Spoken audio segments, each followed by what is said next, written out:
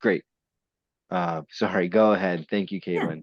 no problem. So I'm going to break it down by location, Brattleboro and Bennington, and uh, quarter 4 and quarter 1 of 2024. So in the last quarter, which was July 1st to September 30th, in Brattleboro, we had 24 arrivals, and in Bennington, we had 22. And so for quarter 1, by the time quarter 1 is done, and and this is the arrival confirmations we've received, right? So we could possibly receive more between now and December 31st, but these numbers are through the first week in November currently. And Brattleboro will have received 32 arrivals, and in Bennington, 11. So in the last 2 quarters in total for Brattleboro, it'll be 56 so far, and in Bennington, 33 so far. And out of those arrivals, we have Afghan, Sodari, and Pashto speakers. We have Eritreans, primarily Tigrinian speakers. We also have several Congolese, and so Kinyarwanda, Kimbembe, and then also Central African Republic, and so Sango and French. Some of our newer arrivals too, who are Afghan, are coming from other locations opposed to through Qatar. And so because of that, they have been in other countries in refugee camps for longer and have other language abilities as well. So I know we have several Turkish speakers as well as Bahasa speakers, and a few others. And that is the update. Does anyone have any questions about that? Yeah. All right. I'd also like to introduce Ian Heffley, our newest member at ECDC. He's our community engagement manager. So he'll be working closely with the folks over at MCC, where we have our cultural orientation and English language classes. And he'll be primarily Brattleboro based, but certainly not exclusively. That being said, I am not seeing her, but we also have Hannah Levy, and she is our newest program manager over in Brattleboro, and Shirsha Sadat, who is our case manager over in Bennington.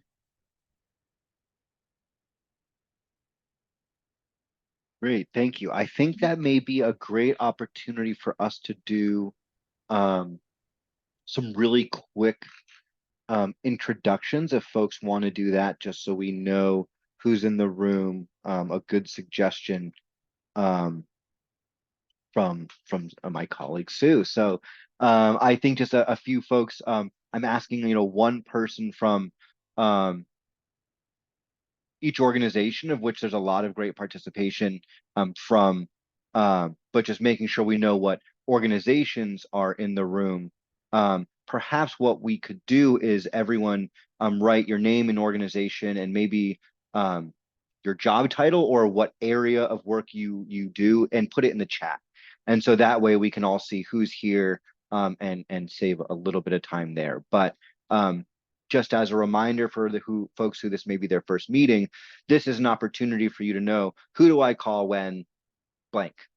And so based on the topics and what people are, organizations people are working for, this is really the goal of this meeting, is so that we are all working together as a region to solve, to identify problems collaboratively, and of course solve those, and create more opportunities for our new Vermonters. So again, drop it in the chat. And thank you all for being here. And what I'll do now is turn things over to Tracy, who I believe I saw from our Office of Refugee Resettlement. Hi, folks. Nice to see you all today. I'm Tracy. I'm the director of the State Refugee Office. And not too many updates right now. As you know, we're now in the federal fiscal year 2024. So when we do refugee projections, we're talking about the federal fiscal year, which is October 1st through September 30th. And so the projections, I believe, for the southern region are 200 for this federal fiscal year. And for the USCRI, kind of Rutland, Burlington area, are, I believe, in the range of 325. We are, as you know, having a housing crisis, and so that is putting things into a little bit of turmoil. We're working hard to try to figure out how we can assist with some of that housing. There is some funding that has come through to provide a little bit of support for housing, but in general, refugee resettlement funds that come through the federal government do not support direct housing costs. So we're able to assist a little bit, while I know the state more broadly and partners figure out what a different type of plan might look like, or what a different type of model looks like. We did put out an RFP for support to asylum seekers. We have about 8 organizations, maybe 9 in Vermont that are mostly quite small, that help asylum seekers. And an RFP went out to set up a small grants program for those asylum seeking assistance organizations. And we are just in the process now of selecting the grantee there. Another RFP will go out soon, about $300,000, I believe, for vocational training and that type of employment support for refugees and others in that category: refugees, asylees, others who are sort of the type of folks that would be working with refugee resettlement agencies, as an example. Trying to think if there's anything else right now. I'll pause there and see if there are any questions.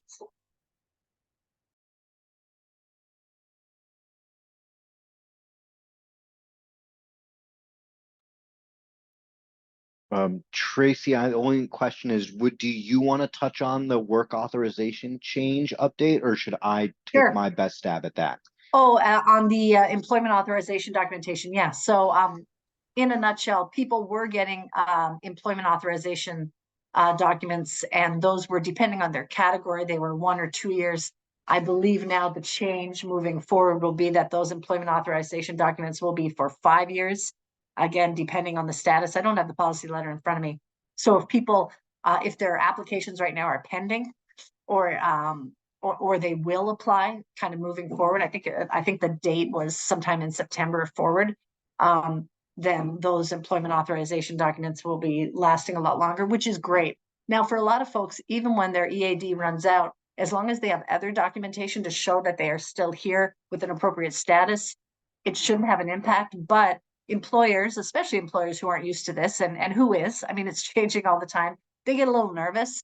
And so even when we've got folks saying, oh no, it's actually okay, here's the other documentation you need, employer, to make sure that you are legally hiring people, they still get nervous. They're already gun shy because it's a little more work to hire somebody who has different immigration status. So this will be helpful.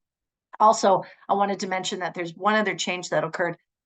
Ukrainians who are arriving right now, as of October 1st, I believe the date was, normally up until now, Ukrainians arriving through humanitarian parole, escaping the war, they were able to get all of the services, including Medicaid, including Reach Up where it was relevant, refugee cash assistance, etc., that refugees would get.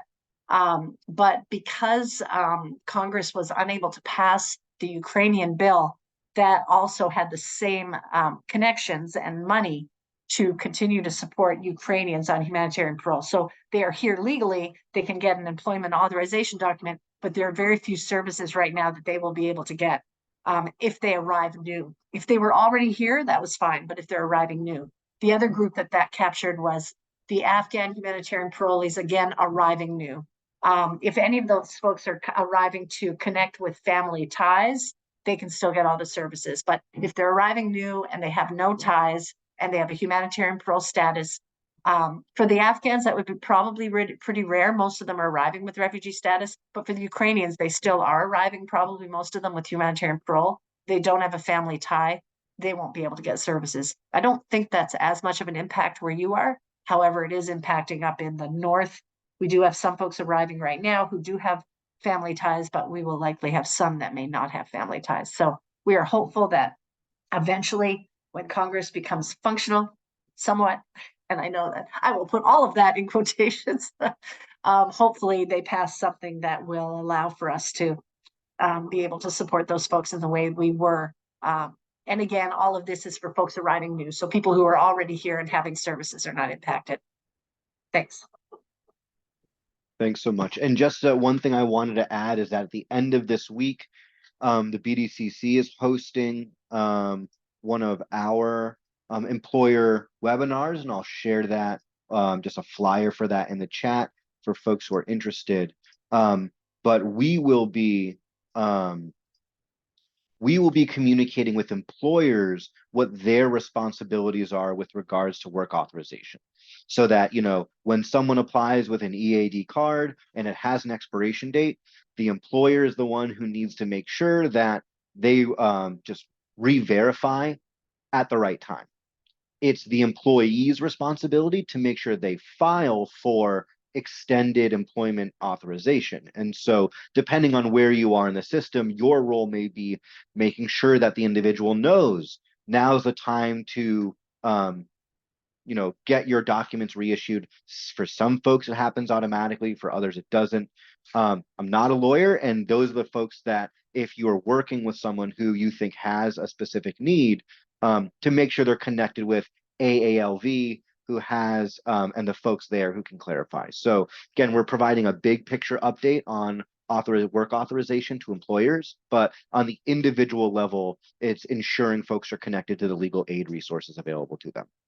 But in some ways, this is a good sign because a lot of the Afghans who had been working hit their 2-year mark and needed to get you know, their paperwork reissued, and all the employers were like, "What's going on? We love our employees. Why do we have to wait for this and hear about that?" And so now the federal government is likely to change that to 5 years because the places where folks have been working have said every 2 years is ridiculous. We don't want to have to deal with this. So it's complicated and convoluted, but we're actually seeing some good change in terms of how long people are allowed to are eligible to work based on their paperwork. So small victories when it comes to immigration policy nationally, but I think this may be one of them. Questions about that or anything else that Tracy shared?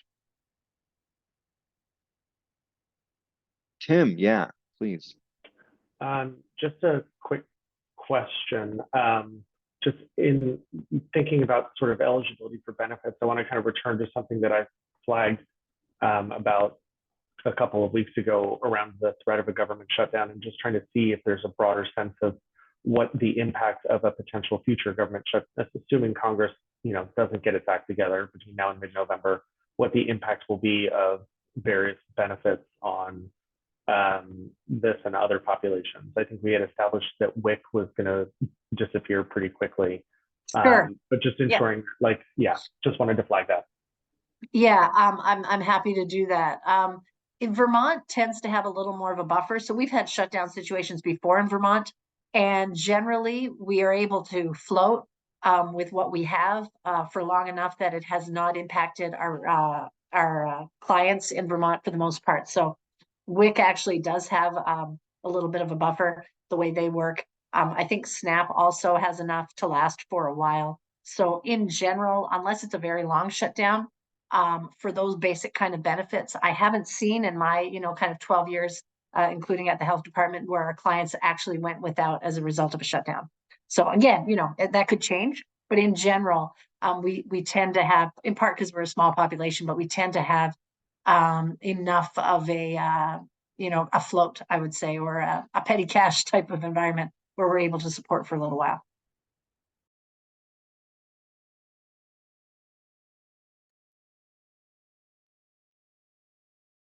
Great.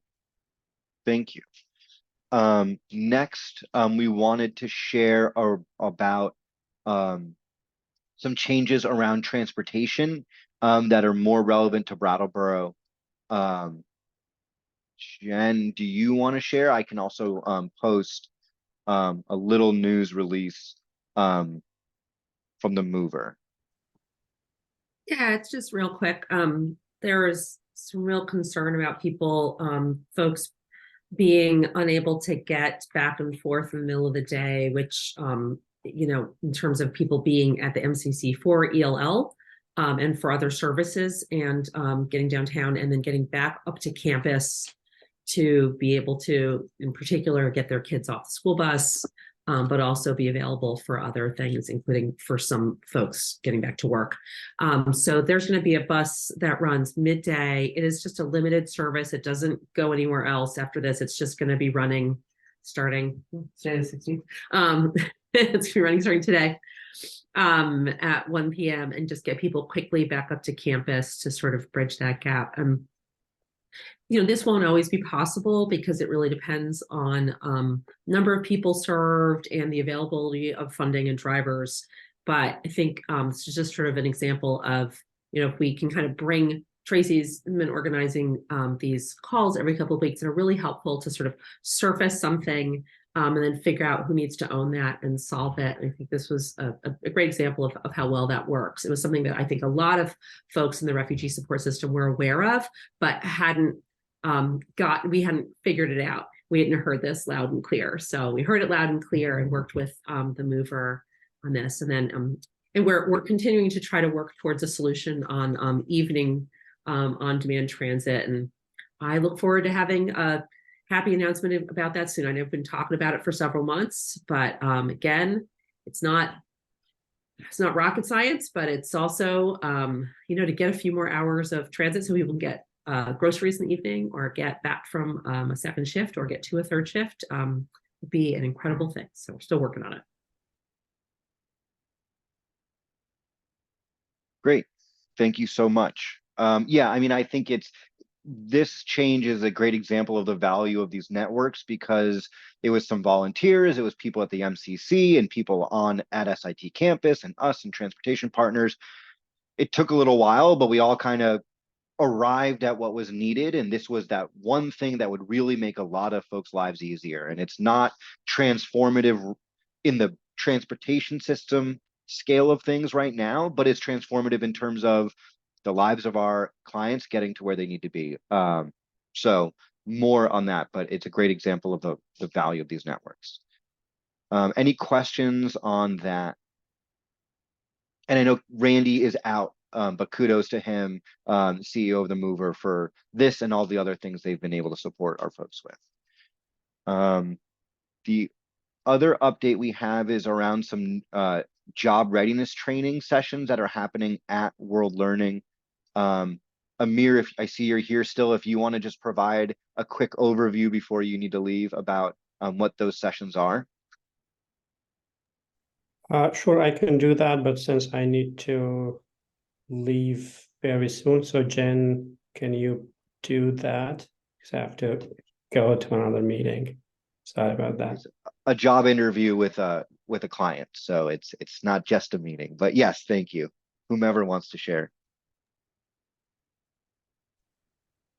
Yeah, we'll talk about this some more in future times, but we just find it is easier to be able to meet with people in groups and set a regular routine. And we did this last year at the beginning of 2022 when people first started arriving, and Alex established this routine. And it meant that folks coming to the campus started to know when they could find the people working on employment, and it kind of becomes like office hours, but then we have some structured content. We have it in videos. We also try to deliver it in person and try to make sure that people, if they have it in videos, if they have devices, they're able to use, subtitles and translation. So but that's not sufficient. And so we have sort of a range of content that we're trying to cover with a very diverse audience, and then at the same time it gets us more familiar with people and gives us a chance to dive into certain topics. We have some great we have the Mover coming and orienting people back to transportation, but we also have some great volunteers who've been doing a lot of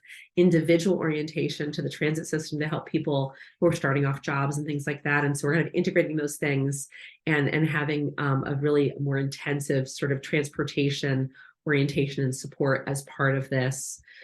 We introduce people to the VEP tool, which Alex will talk about at another time, but it's for people who have the ability to work digitally. It's a device through a platform through which they can start to build their resume. It's an AI-driven query-based thing. It doesn't require them to have to get to the career center yet. They can really start to map their skills to the local economy and think about like what are their opportunities here.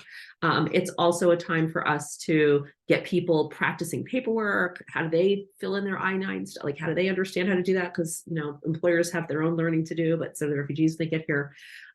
Also, it's a time for us to get organized, to get people kind of into cohorts. We'll be taking folks to do some job site visits, try to make sure people have some information so they can try to make decisions about employment for themselves.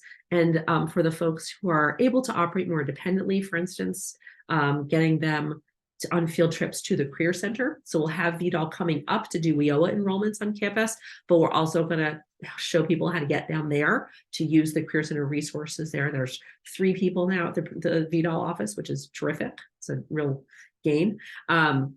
So it's sort of multifaceted, and obviously there's some people who need a lot more hands-on, a lot more time with us, and we want to be present and available to do that. And we also know that there are people who can go at their own pace a little faster. We want to put the tools in their hands.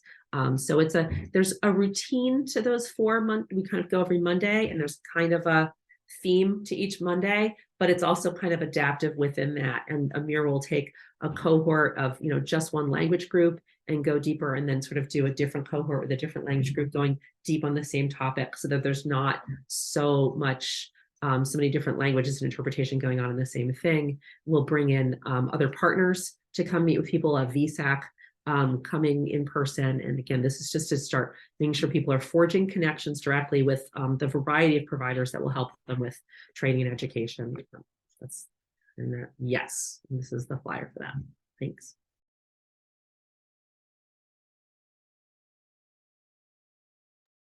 Any questions on that? And I will also provide this flyer for folks if you want to share it. Any questions so far? Great. Those are the topics we were hoping to cover today. As always, you can, you know, whatever corner of this work you are representing, you can always reach out if there's something you want highlighted, to share, addressed. Absolutely reach out. Is there any pressing things, any topics any attendees would be interested in discussing now? I would, Alex. Sure. I'd really love to hear an update from Bennington about what's happening. It sounds like things are pretty well organized from your side in Brattleboro. I really feel like what I'm doing in Bennington is sort of whack-a-mole. I have individuals approaching me saying, I really need a job, I really want a job.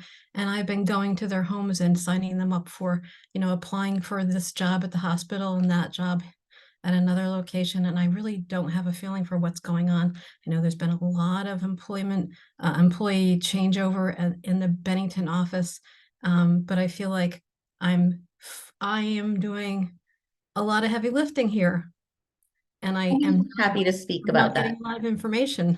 Okay, so Hannah Levy is our newest program manager over in Bennington, and she started just a couple weeks ago, and our previous program manager, Megan Winslow, has been onboarding her.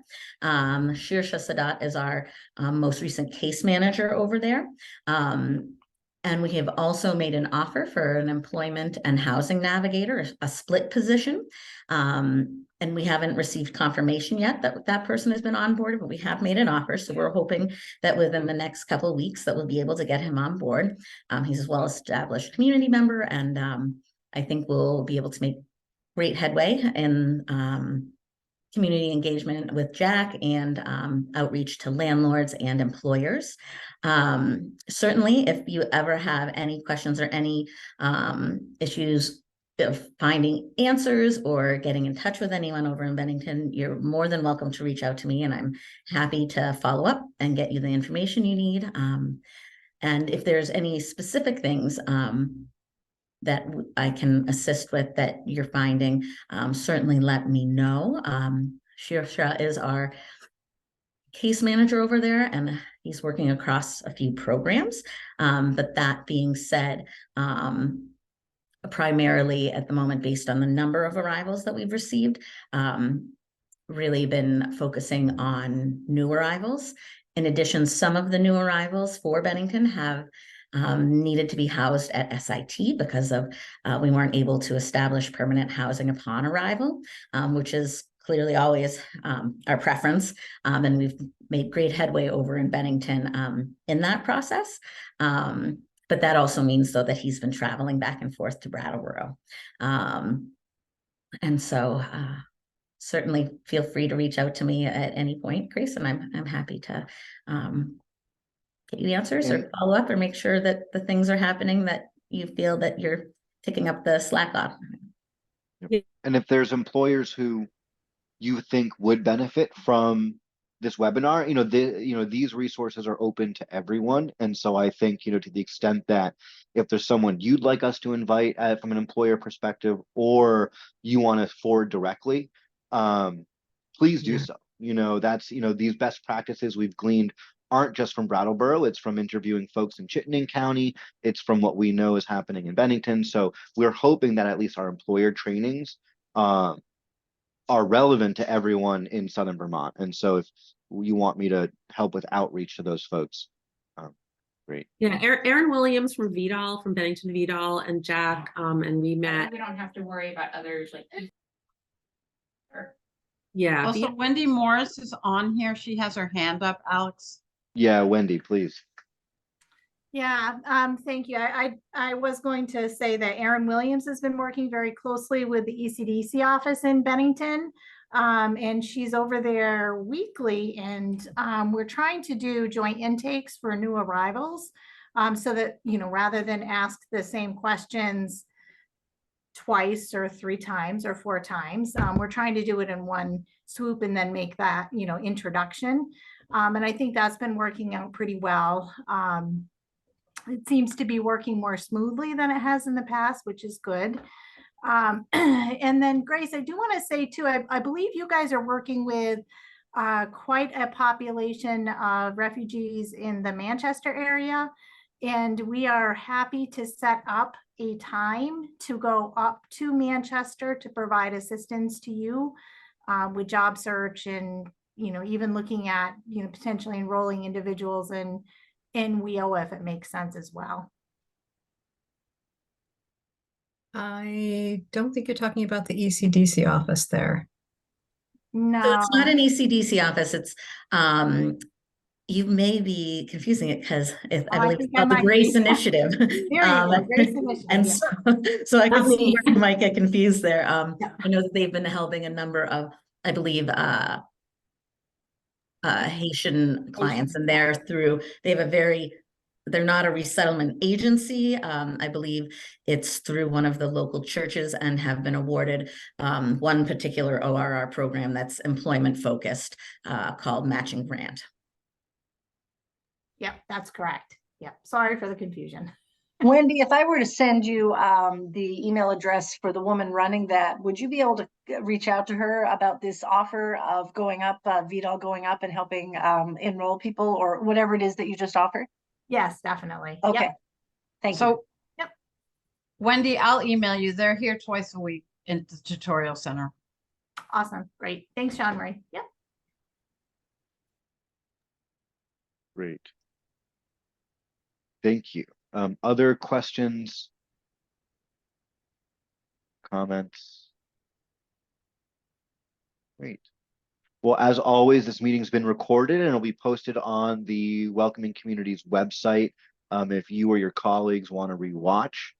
I'll say again, if there's anything you want covered at our next meeting, please let me know and we'll get it on the agenda. So thanks so much, everyone, for attending, and we'll see you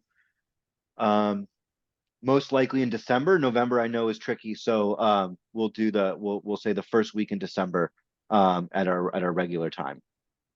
So you'll receive an invitation as per usual. Thanks, everyone.